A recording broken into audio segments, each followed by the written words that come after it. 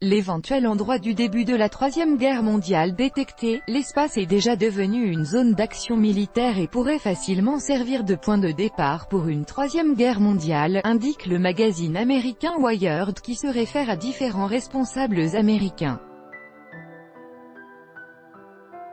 Des responsables militaires, cités par le magazine américain Wired, qualifient l'orbite terrestre de nouveau « domaine de la guerre ». Et c'est notamment dans l'espace qu'une Troisième Guerre mondiale pourrait être déclenchée, et ceci à cause de la course aux armements cachés entre les États-Unis, la Chine et la Russie. L'ancien directeur du renseignement national, DNI, James Clapper, estime que la sophistication croissante des adversaires potentiels des États-Unis dans l'espace est l'une des trois menaces les plus importantes qui le préoccupent.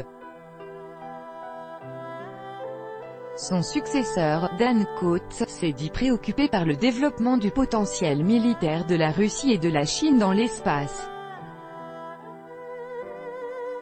L'espace est déjà devenu une zone d'action militaire.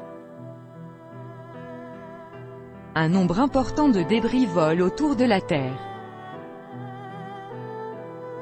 Des scientifiques admettent qu'un jour, leur volume atteindra un seuil, baptisé « syndrome de Kessler », au-dessus duquel la collision de grands objets provoquera l'apparition d'un nombre encore plus grand de débris, ce qui empêchera d'utiliser l'espace circumterrestre. Le magazine souligne qu'en théorie, toute destruction accidentelle d'un objet spatial appartenant aux États-Unis, à la Russie ou à la Chine, peut être considérée comme un acte d'agression ou une déclaration de guerre. En outre, les puissances spatiales sont en train de développer, en cachette, des technologies dans le domaine spatial, ce qui rend difficile l'évaluation des capacités d'éventuels adversaires et mène à une escalade. Par exemple, la Chine a déjà lancé un satellite sur la face cachée de la Lune et est devenu le premier pays à y avoir envoyé un rover lunaire.